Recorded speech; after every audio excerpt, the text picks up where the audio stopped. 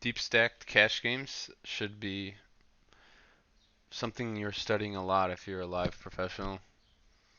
The most of the hands that you see online are 100 big blinds deep, but if you actually want to make some real money and you want to get good, a lot of the times you're going to be super deep in a live setting, like more than 100 big blinds. As you can see, I'm 300 something big blinds deep here. He was the effective stack at 1600. We're playing 2-5 no limit. This is blind versus blind, and it's against a regular. He's a good player.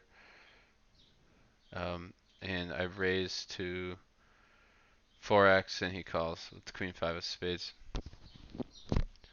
We flop bottom pair and a flush draw. Bet 1/3, calls. Jack clubs on the turn, bringing some straight draws in. Bet 1/3 again. He raises. I don't think we're going to go anywhere with our bottom pair and a flush draw. So I call. River gives us two pair. He bets almost a pot. So it was around 250 and 280. I think he bet 250 and I called. And he shows my God, this is so nice. He shows the jack of spades and the nine of hearts for middle two pair, and I have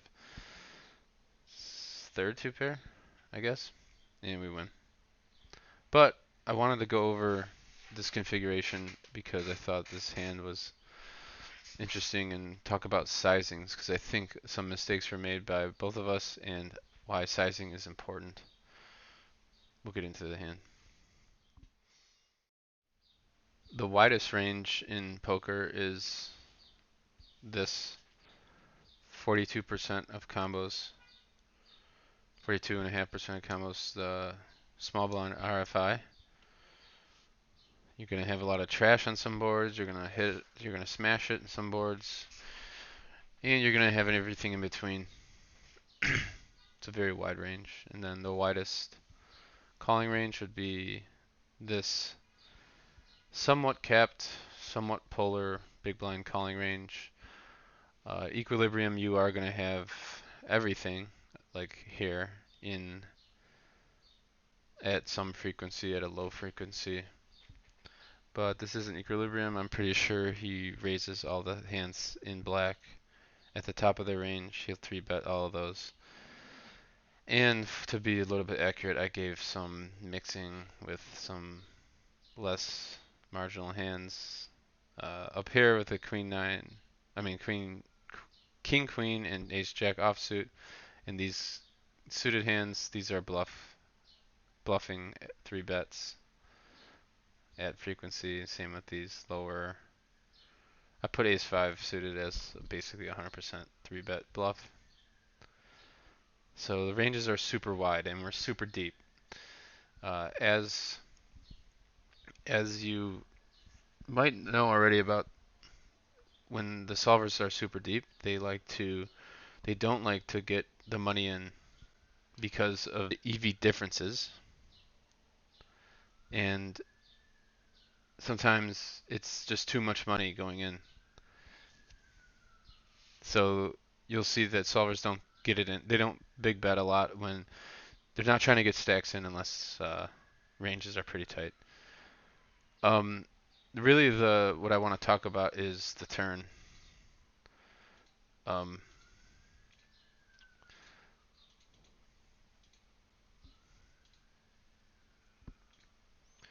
so the turn. Let's just go to the turn. The turn was a jack of clubs. Um, and I think this is where I made my first mistake. As you can see, majority of the range is checking and betting pot. So it's sort of a rule of thumb I have, and I don't know how accurate this is. Here's the board here. But when you have when a card helps your range, uh, solver likes going big. So a lot of times when I know opponent has a lot of trash in their range, which he does because he's playing wide as he should, and a Broadway type of card comes up on the turn after I continuation bet the flop, uh, solver likes to go big. As you'll see, my combination here, which is Queen 5 of spades. If it's betting, it's going for this pot size bet. So here's the blue color. Blue color's in here. And it's going to, if it bets, which it's betting roughly 30% of the time, and we'll round this up to 60% of the time it's um, checking, and then the other 10, we'll put this at 10%, it's betting, uh, what's the purple color, half pot. These are the three sizes I put, 100, 50, and 30. This is what I use basically when I'm out of position. It's going for this big bet with if it bets, and I do kind of like the check. I do like that because we don't want to get blown up for equity too much.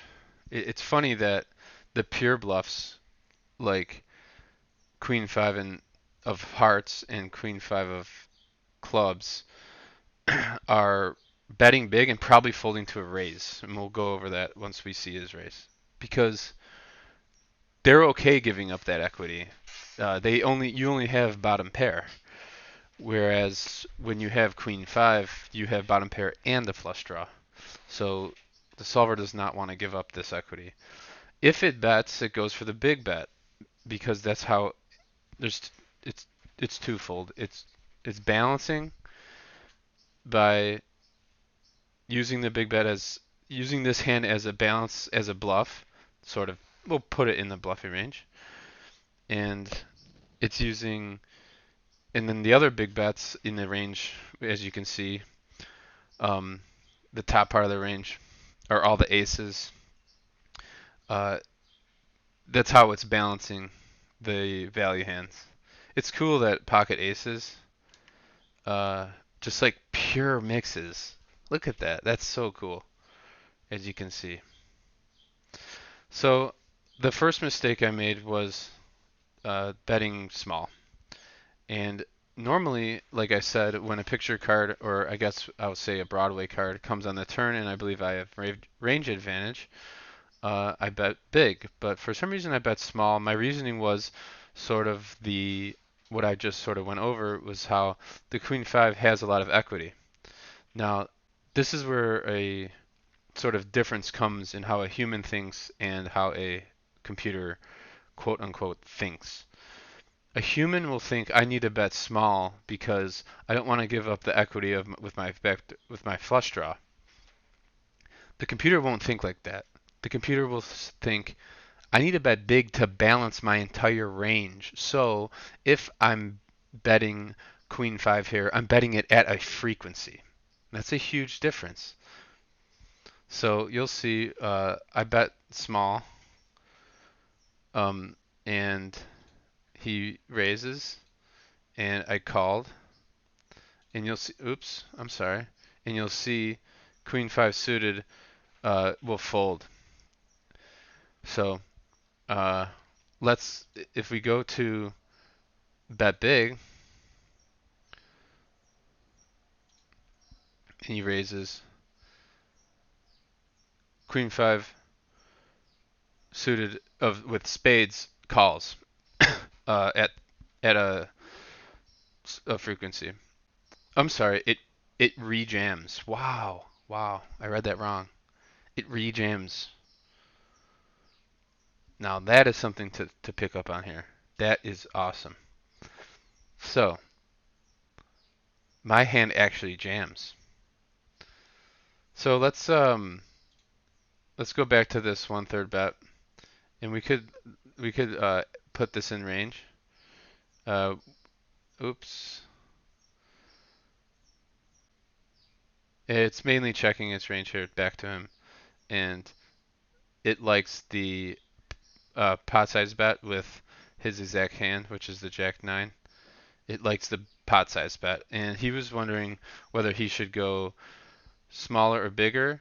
I think in this configuration, so I ran the configuration once before, and we don't have to. I think we don't really have to go over the um, hand too much because if you get here with Queen 5, then it's. Oh, I'm sorry. This is his range. Uh, so he bet pot, but yeah, you're not. Queen 5's not in range, but I ran this sim before with different sizes with 75%. So mainly my river bet strategy is out of in position is 50%. So it's bigger. It's 50%, 75%, and over bet. And so when I put those bet sizes in the range, so if we can see the tree, so out of position, I only have these two, but normally I have 50% bet, 75% pot bet, and 100 and maybe 30-ish percent pot bet. When these three bets were in, the solver liked the smaller bets of 75 and 50 with his hand, and that's sort of like the one thing I went over with him. I don't think it likes the pot size bet unless this is the configuration. So uh, basically, what I wanted to go over the main focus of the hand, and I'll wrap this up because it's me just rambling about one single damn hand, is that the on the turn, Queen 5, when raised, Queen 5 is is mainly folding. But if I bet pot